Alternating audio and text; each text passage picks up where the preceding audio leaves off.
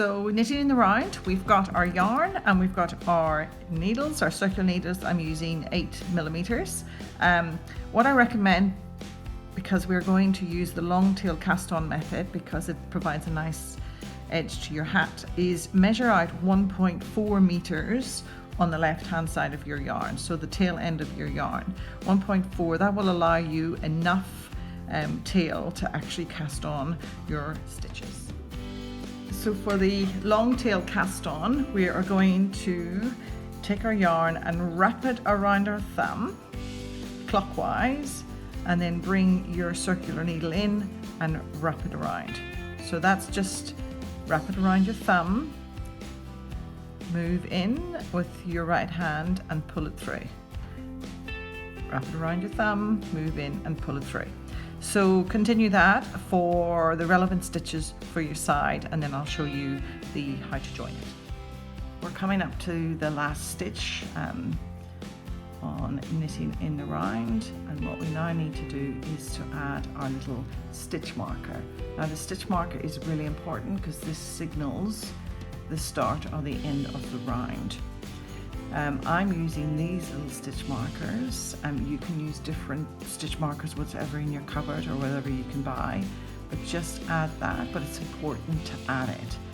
So I put that in there and I pull that through, and what we need to do is make sure that that is nice and secure and it's attached, and pull that around. So now we're going to join in the round. What we need to do is make sure we pull all of those stitches around onto this needle. So you pull from the other needle to this needle. Now it's important that we get this flat. And what I am highlighting here is, think of this as a little caterpillar. All its little feet are here and they're all down in one direction. So you can see that. Make sure that none of those little feet are twisted. So what we need to do as a first step is just knit our work into that first stitch, and taking your yarn, making sure it's all nice and flat, making sure, and taking your yarn that is on this right hand side and securing it into that first stitch. So, and make sure that all is nice and secure. So pull that nice and tight, and so knit one, purl two, and it is really fiddly at the beginning. So knit one,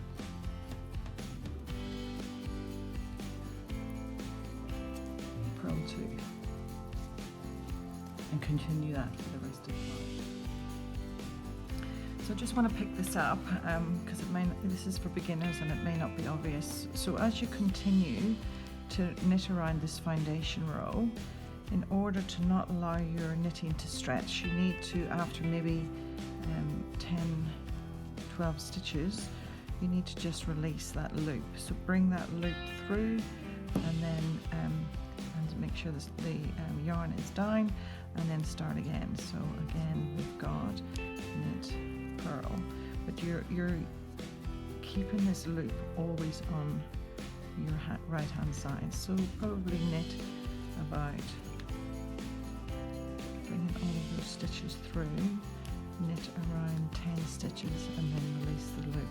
No one really tells you this, so that's why it's important to just take time to actually help you with this. So again, just pull that through, bring that, tighten that thread, make sure your tension is good, and again just start, and then you keep going right to the end, just moving the stitches gently around the circular needle.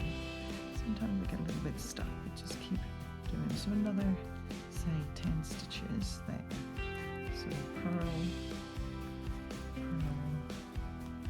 knit, foundation row 2, which is the same as foundation row 1.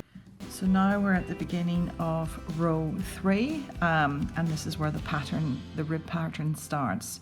So for your first stitch, you are going to just slip one, then you're going to purl 2, and then you're just going to slip that one again and purl 2, and that is as hard as it gets for row 3. Now at the start of row 4, you have that slip stitch from the previous row. What I need you to do is just knit into the back of it. So knit 1 into the back of it, purl 2, knit into the back of that stitch, and continue that for row 4. And on the next row we will be changing our needles. So just keep going on row 4. Again, knit 1 into the back of the stitch. So as you progress up your knitting, I would recommend that you move your little marker up your hat in the same place so that you can easily see it.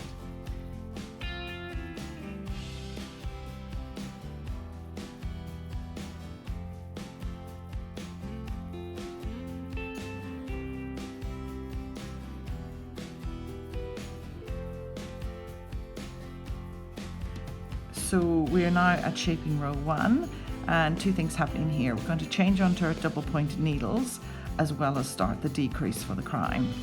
First, the needles. I've got 4 needles here, of which I will transfer the stitches from my circular needles onto 3. I have 48 stitches here, so I would divide that by 3, so 16. So I will aim to put 16 stitches onto each needle. We're now ready to do our shaping row 1. So for the first stitch would be knit into the back of that stitch, purl those 2 together, knit into the back of that stitch, and purl those 2 together, and continue that for the rest of the round. So now that you've set up your first shaping row, it should look a little bit like this. You've got stitches evenly spread across all 3 needles, and you've got your spare working needle. So continue with shaping row 2, which is your slip 1 into the back, purl 1, and I will pick you up at shaping row 3. We're now at the start of shaping row 3. It's 2 together into the back of the stitch, repeat the whole way around. So what you're going to do is just knit into the back of that stitch, knit those 2 together, knit into the back of that stitch, knit those 2 together, and continue that for the rest of the round, making sure that you kind of keep all the stitches even. We're now on shaping row 5. So what we're going to do here is we're going to work to reduce from 3 needles down to 2 during this row. So let's kick this off. So knit 2 together, knit 2 together, and you'll see that you've only got 1 stitch left here. So I would recommend that you bring that stitch on there, and you drop that needle, and then you knit these 2 together. So you're now on 2 needles. So just keep that going until you get to the end of that round. So you're now on 2 needles on the stitches, and we've got 1 more row of decreasing to do.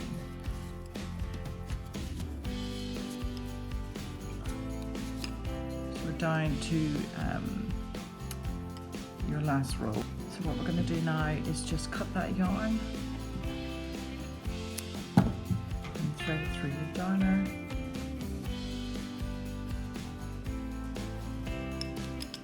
And just like that. 1, 2, 3, 4, 5.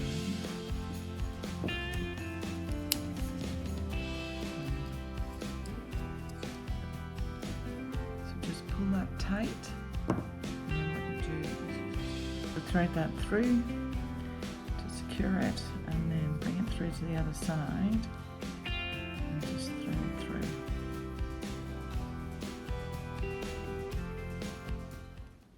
And just cut it off to trim.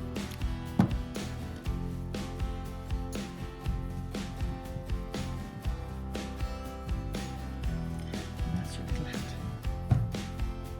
Here is just finish off the tail of this hat. So pick up the tail from the bottom of your hat, and then just link it into, and just even that up a little bit.